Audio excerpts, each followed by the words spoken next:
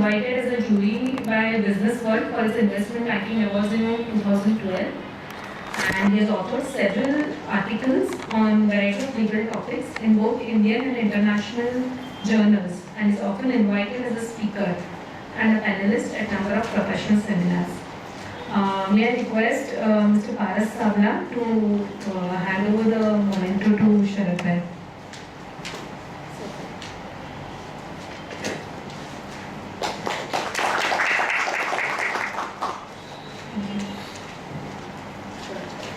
I request Sharad Bhai to. Good afternoon. To cover two detailed regulations in 1 hour is going to be a bit of a challenge. What I'm going to do is to give you a somewhat overview of the two codes. I must say for development and complications, members of our society have been significantly responsible for innovating models so that SEBI becomes more and more learned and tries to plug as many loopholes as we find. So, where does the law really begin? It began almost 2000 years back when 10 commandments were given by God to Moses. And you will be surprised that the US Supreme Court, incidentally, has the picture of this plaque on the gates as well as behind the Chief Justice of the US Supreme Court. The 10 commandments have been etched. So I would like to talk about two of them with reference to the insider trading and takeover code. If we look at don't take anything that doesn't belong to you and never tell a lie. I think the entire securities law revolves around just these two fundamental principles of how the ethical conduct of mankind should have really been done. So just to explore the myth, this has been the most popular perception about lawyers, that we are famous for dilly-dally, deal-install, right? But over a period of time, over the last 25 years that I have practiced, there has been significant change, and if I can call it a paradigm shift. Now we are no more advisors, we have a significant role to play in the transaction. So sometimes it becomes actually almost a turnkey kind of a contract, that the client comes to us and now says that I am at position A, I want to be at position B, do what you like. From concept to documentation, it's all your baby, please go ahead, do it. We will sign on dotted line. You have to make sure that we don't go behind the bar. Right? Simple instructions. So no complication in the instructions anymore, that please read this, please read that, nothing of that sort. Just object, principle, consideration, that's it. So to a large extent, we need to be stepping shoes concept. We have to think like clients, and of course we don't have to act like clients, but we have to think like clients. Obviously, acting like a client sometimes gets that role too much on you. So then you may find some difficulty. As a takeover code, really this is not at all new as a concept. It started way back in 90s with two clauses in the listing agreement. Originally there was clause 40 in the listing agreement, which got replaced with two elements, 40A and 40B. One related to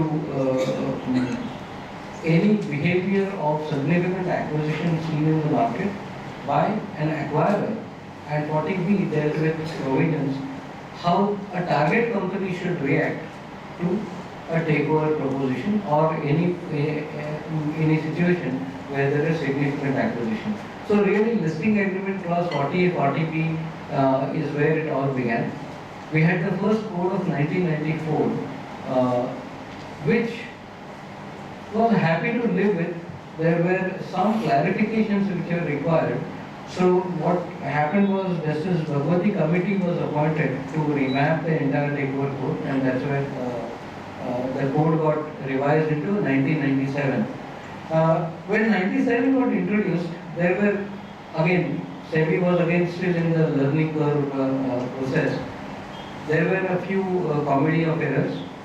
The code was so-called adopted and approved and notified on 18 February 97. Till 28th of February, it was a secret black box. Nobody could read it. It was declared that it has been notified on 18 February, but till 28th of February, nobody had access to that document. It remained secret. Now, unfortunately, during that transition period, one of our clients got stuck. That everything in the transaction was complete, except that the actual allotment of shares happened subsequent to the 97 code coming in. So what do you think should have been the obvious consequence? The regulator with all the enthusiasm said, sorry, the new code is defective. You have not made an open offer. So clearly you have contravened and please pay a penalty. The show cause was more interesting because in those days there were two provisions, one relating to acquisition of shares, the other relating to control. Said either you have violated regulation 10 or in the alternative you have violated regulation 11. So we did not of course go into the technicalities of the show cause, which as you might know that this would be not a legally tenable show cause notice. We did not fight really on that. We went on merits and really showed that purely on the facts of the case, it could not have been done in any other way, irrespective of whether there was a 97 code or a 94 code in place. Everything was complete, right from shareholders approval to FIPB approval and the funds transfer. Only activity that was remaining was really allotment of shares which happened during the transition period. Thankfully, SEBI did not somehow appreciate the arguments and imposed a penalty. Even in those days, 1.5 lakhs was not a small penalty. We went into appeal and the High Court thankfully appreciated what we said purely on facts, and this has nothing to do with principle of law, that during the transition period when there are no provisions which will deal with this very grey area, unless there is a mens rea, what Janbhai mentioned about some of the offences, it was not established. Please look at section 15J of the SEBI Act. 15J talks about what are the elements which need to be considered by an adjudicating officer or a full-time member before a penalty could be imposed. So there are three principles basically. One is there a wrongful gain? Second is, did your activity cause a wrongful loss to anybody? And is this repetitive in nature? Over a period of time, as Janbhai pointed out, the tendency has been to identify many offences which are more administrative offences. Say for example, there is a delay in filing. Clearly, if there is a delay in filing, there is a simple per day formula that is applied, and nobody looks at really 15G. And again, as the High Courts have said, that when there are mechanical offences which have nothing to do with your mens rea, the penalty will ensue.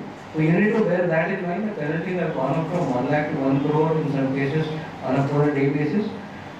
Just to give you the background of the current code, 97 code survived for a fairly long time. 2011 it got notified, but with a very interesting provision that it was notified in November 2011, but saying that it will be effective 30 days later. So whatever you want to reorganize, whatever transactions you want to do taking the benefit of the 97 code, you are free to do in that 1 month period. But after 1 month period, that is from 23rd October to 2011, the entire new code will come into force. So if we talk about the overall applicability of the code, there are simple provisions which first deal with the disclosures. When you talk about any takeover, and I think just looking at the time, let me speed up the process. What is really a substantial acquisition of shares? Anybody acquiring shares in a listed company will come under the target of takeover code.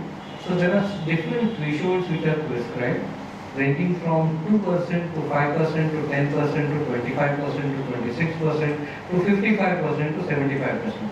So there are different activities that an acquirer will need to do once you start acquiring shares in a listed company. You may be a promoter, you may be a promoter group, you may be an advisor to a company. Now, different things in the takeover code will therefore apply.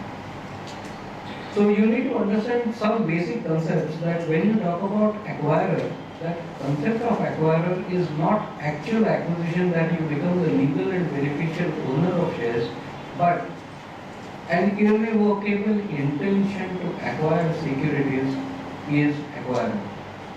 So it is enough for you to sign a share purchase agreement or a share subscription agreement when the actual allotment or acquisition will happen at a later date. Yet, because now you have signed a document which is enforceable at law, you have become an acquirer for the purpose of takeover code. So and this is very particularly, you should bear that in mind, that there is a tendency to believe that all MOUs are not enforceable. Right? If you ask anybody in the market, will sign a MOU, that the overall belief is that no MOU is really legally binding. Perish that thought forever. Any agreement which is between competent parties for lawful consideration, for lawful object, and which is not caused by and if it is under free consent, it is legally binding and enforceable. I can go to a court of law and say that please make the seller or purchaser enforce this contract, and the decree will ensue. So, if a document is not intended to be legally binding, you have to explicitly say so. Otherwise, the courts will be free to look at all elements of a valid contract. If they exist, the document will be binding, whatever name you may call it. So traditionally, there are certain documents which people start drafting with the concept that they are non-binding, like what we call MOU. If you go to UK, a heads of agreement, or in US, a letter of intent will always be presumed to be non-binding, and yet when you see the drafting, the document will categorically say that it's a non-binding document. So takeover code as an overall process, what does it do? It has an overarching infrastructure to say that there are different obligations created by this code on different people. First, the promoters. That what is it that the promoters have acquired or do continue to hold? Number one. Number two, there are now identified persons acting in concert. So that's the second concept that you need to bear in mind. What is a person acting in concert? That it is somebody else other than the promoter or the person acquiring with a common objective of acquiring shares. So say for example, I and Jayan Bhai both at the same time pick up our phones, call a same broker and say that please buy 50,000 Tata Motors. Does that make us person acting in concert? The answer is yes and no. It will be yes if both of us have a premeditated design that we together want to acquire 100,000 shares of a particular listed company, then we are persons acting in concert. If there is no such mindset behind giving instructions, then we are not persons in concert. So clearly this is something which is a fact based. It has to be seen through the conduct, it has to be seen through evidence, whether you are a person in concert. Now, because this is a nebulous state concept, what the takeover code has done over the years is to then identify what are persons who are deemed to be persons acting in concert. Say for example, close relatives of a promoter or director.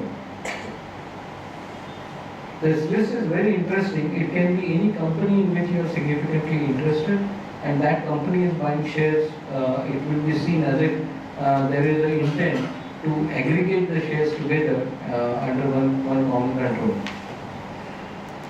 The PSC definition goes in the same manner like the unfair trading regulations, that it says even the advisors, suppose you are advising a company on a transaction, it's a listed company, you are deemed to be an insider under the insider trading code, and so you may be treated even as a person acting in concern if you are advising a promoter and you are simultaneously acquiring shares in the same entity. So you have to be very careful, and particularly as Jayanbhai said, the focus on professionals will be very high. It's not just the legal bar, but the attempt to create a facade that I am not a person acting in concert. This became so predominant as a defense that SEBI had to say that no, any advisor who is dealing with a target or a promoter, you have to prove that you are not a person acting in concert. So the burden of proof is actually shifted to the person who is accused that you did an acquisition contrary to the takeover code.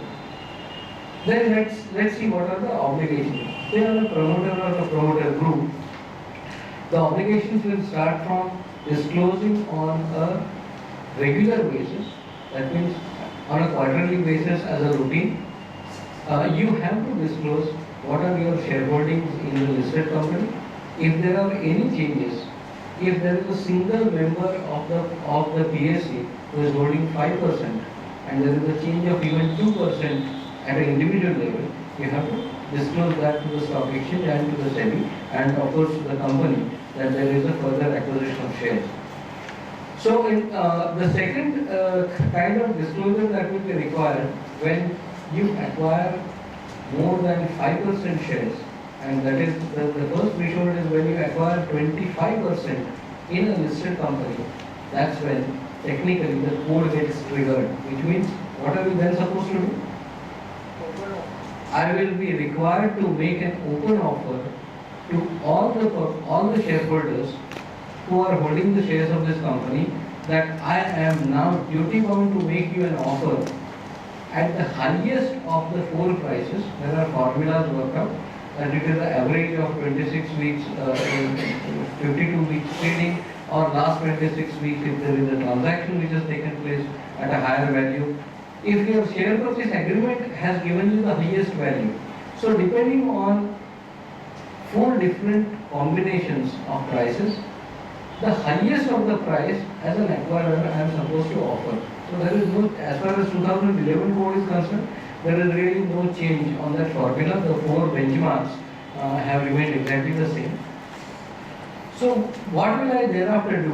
What I am then required to do is to make an open offer, trigger the direct acquisition, which means I have acquired 25%. If I am already a shareholder of a company, a listed company, and my subsequent acquisition has taken me beyond 25, again that code triggers. Suppose if I am already holding more than 25, what will happen? If I acquire even 5% more, it will trigger the code, except in one situation which is called a creeping acquisition. In one financial year, anytime you are permitted to acquire 5% of your capital, but when you talk about this 5%, you have to bear in mind the other concept, that your acquisitions are grossed up, which means, let us take a situation where in a financial year, you are a promoter, you are holding, let's say 30%, you want to go to 35%, but in the meantime what has happened is you have done a preferential allotment to a KIP. And naturally, as a dilution process, your shareholding has theoretically come down. On the increased capital, the percentage is reduced. You have thereafter acquired 5% share. The takeover code says that I am not concerned as a regulator with what are the internal variations of those percentages.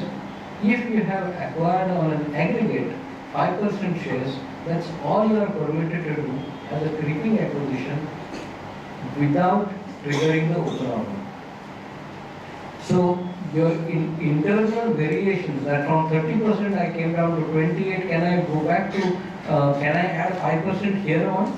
The answer may be no. If you have gone from 28 to 30 as an acquisition, subsequently you have got diluted back to 28%, you cannot buy more than 3% really, if you talk about the creeping acquisition.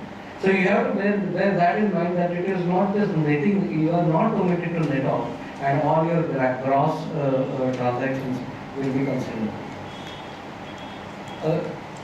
So first obligation on anybody who acquires 25%, how does the open offer work? Within 2 days from that irrevocable decision to acquire, I should make a public announcement. That public announcement draft is filed with SEBI. So obviously you need to backtrack the whole thing and say that 2 days before I need a merchant banker who will draft that document for me, which will be published all over. Thereafter you have the actual acquisition. But can you complete the share acquisition thereafter? The answer is no. The minute you have undertaken any transaction which triggers the open offer, you can only sign that agreement, but you will not be permitted to transfer the shares. And if you ask me why, because the law says so, that unless you complete the open offer process and acquire all the shares which have been tendered in that open offer process, along with that discharge of consideration to public, only thereafter you can do the primary transaction which triggered the code. So you are first person to start the process, but you are last person to get the shares. So please bear that in mind, that you cannot actually transfer shares. The company would not be permitted to take on record such a transfer of shares. The acquirer does not get any voting rights on day one. The acquirer will get all the voting, the legal and beneficial holder rights only at the end of the process. Then, thereafter you go to the company and say, please give me a list of shareholders. I will issue a draft letter of offer first to SEBI, invite comments. After 15 days, whenever I receive the comments, I will update my offer, letter of offer, and then send it to all the shareholders based on the list that I have been handed over. The whole process takes about 120 days. Before you actually issue the letter of offer, you need to create an escrow account. That escrow account, you need to deposit substantial purchase consideration for the entire 26% offer that you make. So depending on the size of the offer, it ranges between 75% to 100% of the total consideration. Hypothetically, that everybody will accept the offer and you will get 26% shares. So based on that hypothesis, you need to actually deposit up to entire consideration, 75% to 100% of the purchase consideration in an escrow account, and this is necessary to secure the sellers. You cannot tell SEBI at the end of the process, sorry, I triggered the offer but I have no money. And whose obligation is this to make sure that no open offer is made without adequate funding? It is the obligation of the merchant banker that no public announcement can be issued unless the merchant banker has done the due diligence to make sure that there is adequate funding. You have confirmation letters, you have actual bank balances to say that yes, there is a capacity to create the escrow account immediately as per the regulations. So you need to bear that in mind. This process then of course has some variations as typically in any commercial transaction. Can anybody better this offer? The answer is yes. Technically it is possible to improve on this offer, but we have seen very few cases when you have a competitive bid kind of a situation. In a competitive bid, of course, it is the retail shareholder who has the best of the price available. At a competitive bid situation, the original acquirer will be able to improve the offer based on how the shareholders perceive this offer to be. Because what will also happen is, remember what is the competitive bid. Competitive bid has come from a person who will be required to acquire 26%, which means technically he will acquire control in a company. But is there a primary transaction to acquire shares before this? The answer is no. So the competitive bid holder may be actually saddled with 26% shares at a much higher value if the original acquirer believes that there is no real transaction. Now in that situation, you have a very weird kind of a management control. You have a 25% stake which I will be permitted to withdraw my original offer because there is a competitive bid. But that does not negate my primary transaction. My primary transaction can still go through. So you have now for a competitive bidder, he is saddled with 26%. I am happily sitting with 25%. So unless you can agree on a management model, this company is going to get into a major mess. So therefore, in a competitive bid situation, unless you have existing shareholding, which is significant enough to control the company, you will not find somebody really being too adventurous to improve the offer. That does not mean it has not happened in the market. There have been situations where there are counterbids as well. Now this is a new concept that has come in. Earlier there was a concept that you have to become a legal and beneficial holder by yourself in a listed company. There was nothing like indirect acquisition. Indirect acquisition actually means that you are buying into a layer above the company, above the shareholder. So I am not buying the shares of a listed company, I am buying the shareholder of a listed company. So when I buy into a shareholder of a listed company and acquire control, that can also trigger the code depending on a benchmark of 80% test. That does the net asset value or the sales based on sales turnover or the market capitalization or based on latest financial statement. Do these shares of the listed company constitute 80% of that shareholder? If the answer is yes, then although this is an indirect acquisition, it will also trigger a public announcement and a complete open offer. So indirect acquisitions, you have to be a little careful that it is otherwise very popular concept that I am not buying a listed company, I am buying the shareholder of a listed company. So why should that trigger the code? 2011 code very categorically says yes, it does trigger subject to these thresholds being fulfilled. So there is still some transaction structuring possible looking at the thresholds, but you have to be wary as to the consequences if you cross the thresholds and don't make an open offer, or you do not make appropriate disclosures. You have seen how SEBI has been more and more aggressive. There have been significant orders in just last 1 week. There was an order on DLF within, I think, 48 hours from DLF. Although this is a very old case, Dilip Pence's case got a very adverse order against Dilip Pence in a very historic Tata Finance matter. So SEBI has been issuing very, very stringent and strict orders, debarring members of the promoter group from accessing the market. So you have to be definitely very careful. It doesn't pay to be too adventurous. This is a case of a hostile takeover, right? What happened to the promoter? He got killed in the process, right? So there is nothing like a hostile takeover under the takeover code. What conceptually deals with is a voluntary offer, which means I have not done any transaction in shares of a listed company, and yet I go to the market and say that I want to acquire significant number of shares.